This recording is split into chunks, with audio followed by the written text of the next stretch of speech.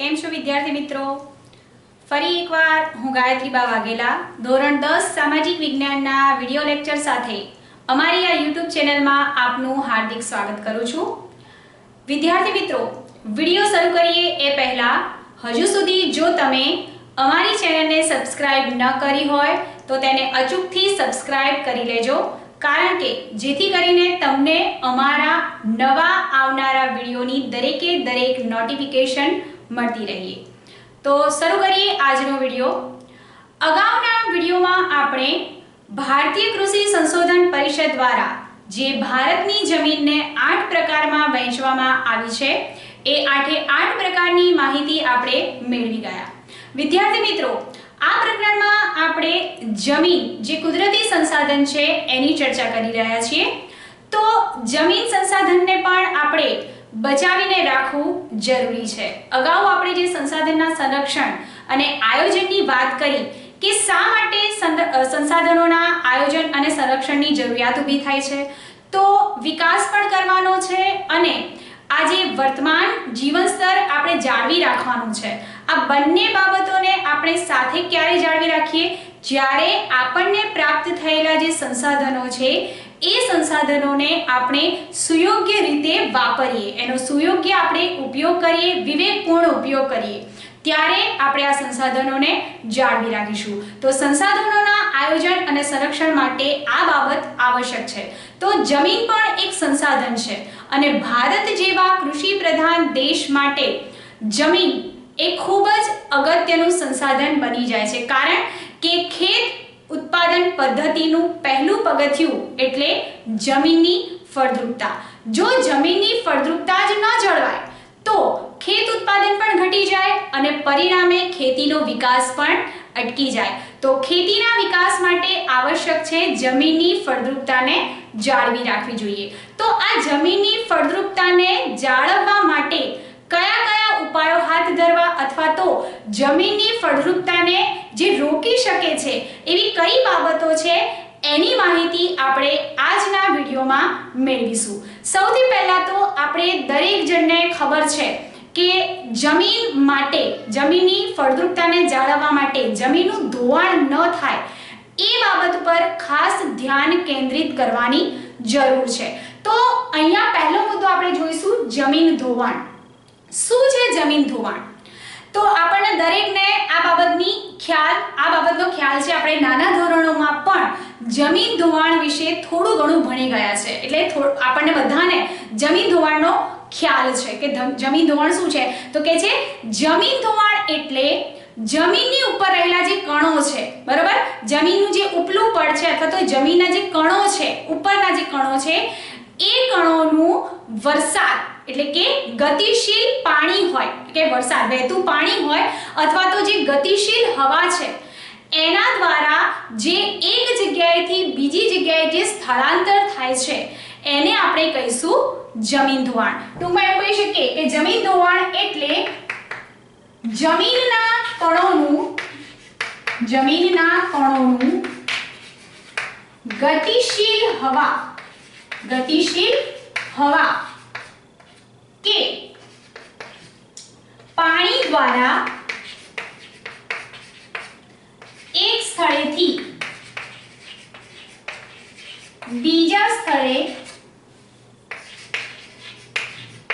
સ્થળાંતર. જમીનના જે કણો છે એનું જે ઉપલું પડ છે એનું ગતિશીલ હવા એટલે કે વાવાઝોડું હોય, તોફાની વરસાદ હોય અને પૂરની પરિસ્થિતિ હોય, આવી પરિસ્થિતિમાં જ્યારે જમીનના કણોનું એક જગ્યાએથી બીજી જગ્યાએ જે સ્થળાંતર થાય છે એને આપણે જમીન ધોવાણ કહીશું. અન્ય રીતે કહીએ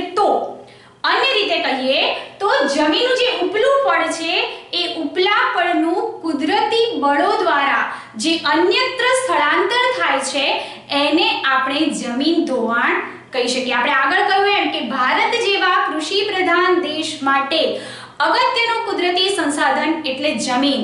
આ જમીનનું ધોવાણ જો અટકાવાય નહીં તો ખેત ઉત્પાદન ઘટી જાય અને પરિણામે ખેતીનો વિકાસ અટકી જાય. અને એટલા માટે અહીંયા જમીન ધોવાણ અટકાવવા માટેના કેટલાક ઉપાયો દર્શાવવામાં આવ્યા છે. તો આપણે ઉપાયોની વાત કરીએ.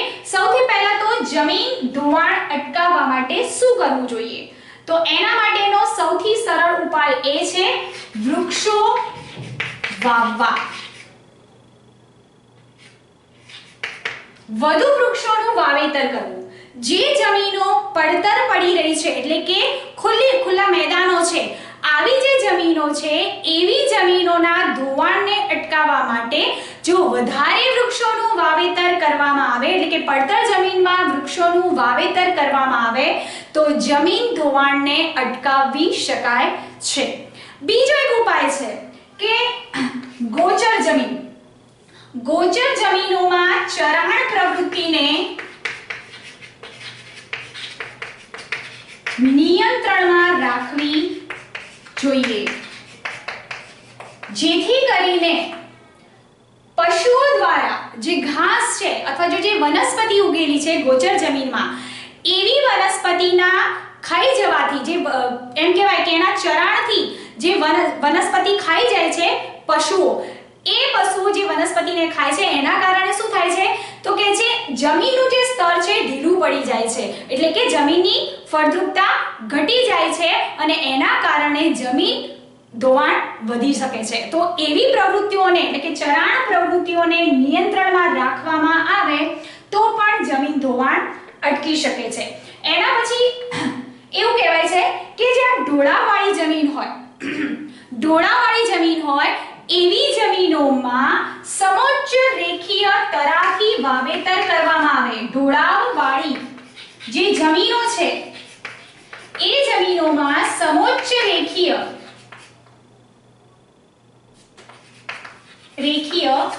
તરાવથી વાવેતર કરવામાં આવે તો જમીનનું ધોવાણ અટકાવી શકાય છે. એટલે કે દાખલા તરીકે ઢાળવાળી જમીન હોય, આવી ઢાળવાળી જમીનમાં પગથિયા આકારની ઊંડી ખેડ કરી અને પછી વાવેતર કરવામાં આવે તો જમીનનું ધોવાણ અટકાવી શકાય છે. એના પછી એવું કહેવાય છે કે જ્યાં પાણીનો વેગ ધીમો પાડવો હોય, પાણીનો વેગ ધીમો પાડવા માટે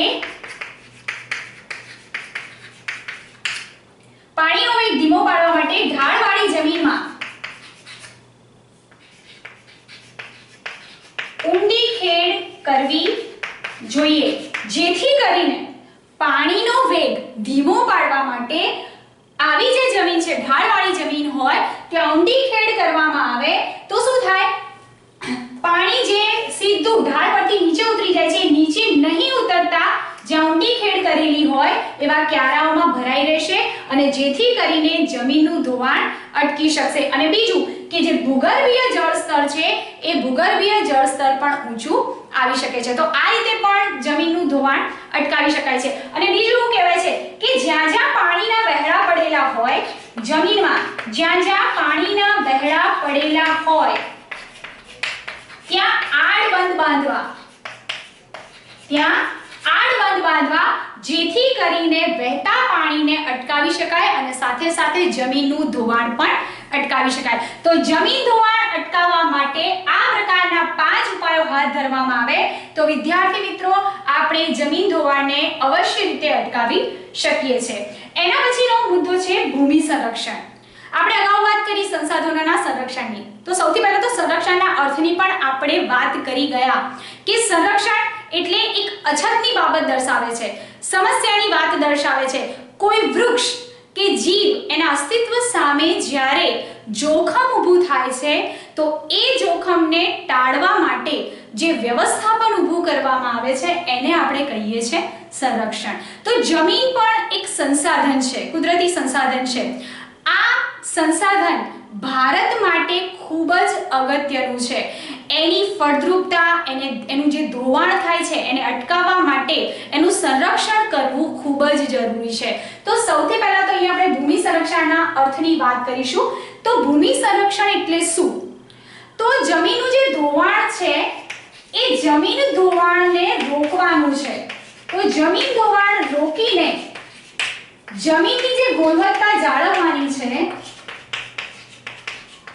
ગુણવત્તા જાળવવી તે છે ભૂમિ સંરક્ષણ. જમીન ધોવાણ રોકીને જમીનની ગુણવત્તાને જાળવવી એટલે થઈ ગયું ભૂમિ સંરક્ષણ. બીજી રીતે કહીએ તો જમીનના જે કણો છે, માટી કણો છે, જે મૂળ કણો છે, એ મૂળ કણોને મૂળ જગ્યાએ જાળવી રાખવા એટલે ભૂમિ સંરક્ષણ. આપણે આગળ વાત કરીને કે કાપની જમીન, તો કાપની જમીનમાં ઘણા બધા સારા તત્વો રહેલા છે. કાળી જમીન છે એમાં ઘણા બધા સારા તત્વો રહેલા છે. તો આવા જે સારા તત્વો છે, મૂળ જે કણો છે, એને એક જ જગ્યાએ જાળવી રાખવા માટે આપણે શું કરવાનું છે? ભૂમિનું સંરક્ષણ કરવાનું છે, જેથી કરીને જમીનની ગુણવત્તા જળવાઈ રહે. અને એ ગુણવત્તા ક્યારે જળવાઈ રહે? જ્યારે આપણે જમીનના ધોવાણને અટકાવીએ ત્યારે. તો ભૂમિ સંરક્ષણ માટે પહેલી આવશ્યક બાબત છે જમીન ધોવાણ અટકાવવું.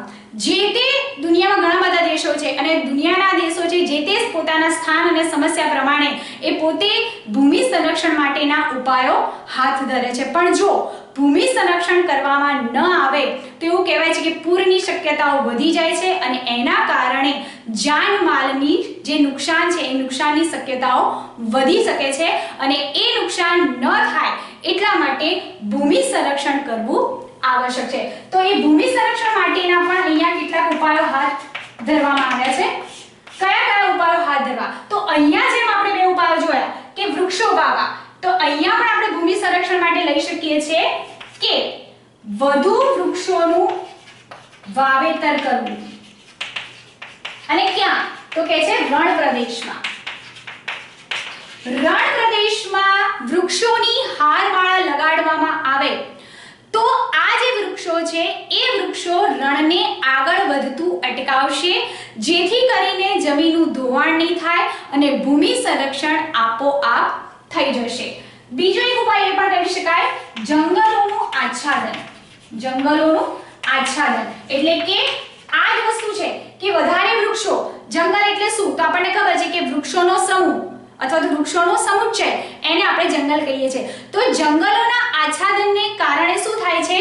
આ જે વૃક્ષો છે એ વૃક્ષો એ જમીનના કણોને એક જ જગ્યાએ જકડી રાખે છે, જેથી કરીને જમીન ધોવાણ થતું નથી અને પરિણામે ભૂમિનું સંરક્ષણ થઈ શકે છે. બીજું એવું કહેવાય છે કે આ જે નદીના કોતરો હોય, તમે જોયું હશે કે નદીની આજુબાજુનો જે વિસ્તાર છે એવા નદીના કોતરો અને જે પહાડી વિસ્તારો છે, પહાડી ઢોળાવો છે, એ પહાડી ઢોળાવો પર વૃક્ષોનું વાવેતર કરવામાં આવે તો ત્યાં પણ જમીન ધોવાણ થશે નહીં અને પરિણામે ભૂમિનું સંરક્ષણ થઈ શકશે. કારણ કે નદીના કોતરો અને પહાડી ઢોળાવવાળી જે જમીનો છે એ જમીનોનું સ્તર પાતળું હોય છે.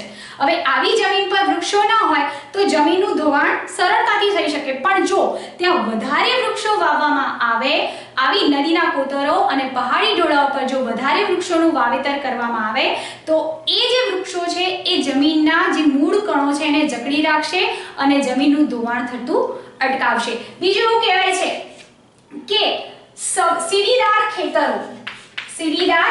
ખેતરો અને જે સમોચ્ચ એવું કહેવાય ક્ષિતિજ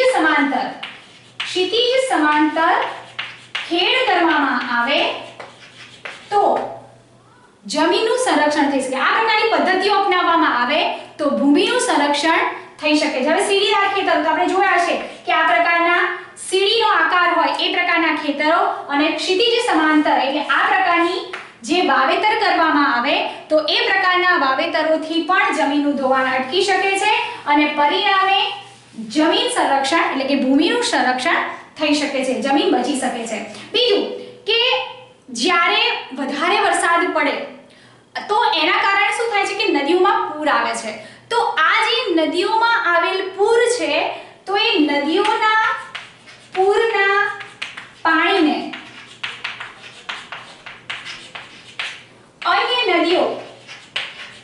અન્ય નદીઓ અથવા તો જે સૂકી નદીઓ છે એ સૂકી નદીઓમાં ભરવામાં આવે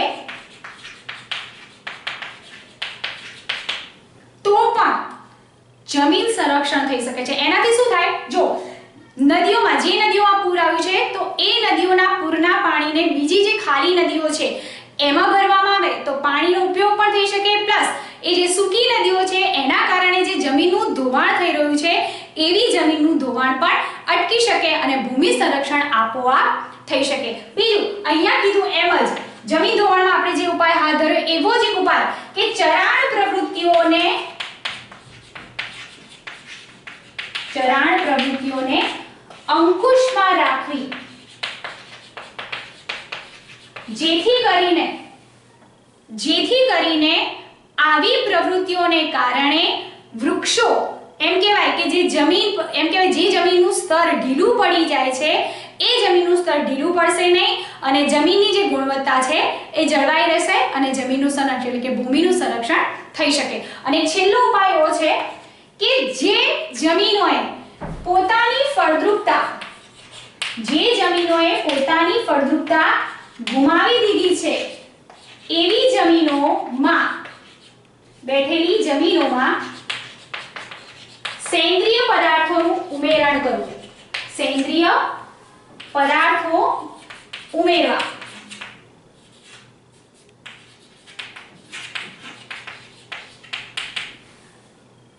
જે જમીનોએ પોતાની ફળદ્રુપતા ગુમાવી દીધી છે એવી જમીનોમાં જો ફરીથી સેન્દ્રિય પદાર્થોનું ઉમેરણ કરવામાં આવે તો આવી જમીનોને પોતાની ગુણવત્તા ફરીથી પ્રાપ્ત થઈ શકે છે અને ભૂમિ સંરક્ષણ થઈ શકે છે અને ખેત ઉત્પાદનની પ્રક્રિયાઓમાં આવી જમીન ફરીથી ઉપયોગમાં લઈ શકે છે. તો વિદ્યાર્થી મિત્રો, આ ભૂમિ સંરક્ષણના ઉપાયોની આપણે અહીંયા વાત કરી. જમીન ધોવાણ અને ભૂમિ સંરક્ષણ આમ તો જોઈએ તો બંને જે ઉપાયો છે એ બંને ઉપાયો બંનેના સંરક્ષણ કે જમીનના સંરક્ષણ માટે આ બંને ઉપાયો ખૂબ જ અગત્યના છે અને આજની એટલે કે વર્તમાન પરિસ્થિતિની આવશ્યક બાબત એ આ છે. તો જો જમીન જે સંસાધન છે એનું આપણે સંરક્ષણ નહીં કરીએ, એના માટેના જે ઉપાયો છે હાથ નહીં ધરીએ તો આવનારા એમ કહેવાય કે ભવિષ્યમાં આપણે કદાચ એના માઠા પરિણામો ભોગવવા પડશે. આપણને પ્રાપ્ત થયેલ જમીન સંસાધન ભારત દેશ માટે ખૂબ જ આવશ્યક બાબત છે. તો એના સંરક્ષણ માટે, એના આયોજન માટે માત્ર સરકારે જ નહીં પણ આપણે પણ એટલે કે સમાજ અને નાગરિકોએ પણ ઉત્સુક રહેવું પડશે અને એટલા જ માટે આપણે બધાએ સાથે ભેગા થઈને સહિયારો પ્રયાસ કરવો પડશે. તો વિદ્યાર્થી મિત્રો, અહીંયા આપણા પ્રકરણ 8 કુદરતી સંસાધનોની પૂર્તિ કરીએ છીએ. હવે આગળનો વિડિયો આપણે પછી રજૂ કરીશું. ત્યાં સુધી જોતા રહો અમારી YouTube ચેનલ. અને હા, ફરીથી આપને યાદ અપાવી દઉં કે જો હજુ સુધી તમે અમારી ચેનલને સબસ્ક્રાઇબ ન કરી હોય તો પ્લીઝ એને લાઈક કરો, શેર કરો અને સબસ્ક્રાઇબ કરો અને જોતા રહો અમારી YouTube ચેનલ. ધન્યવાદ.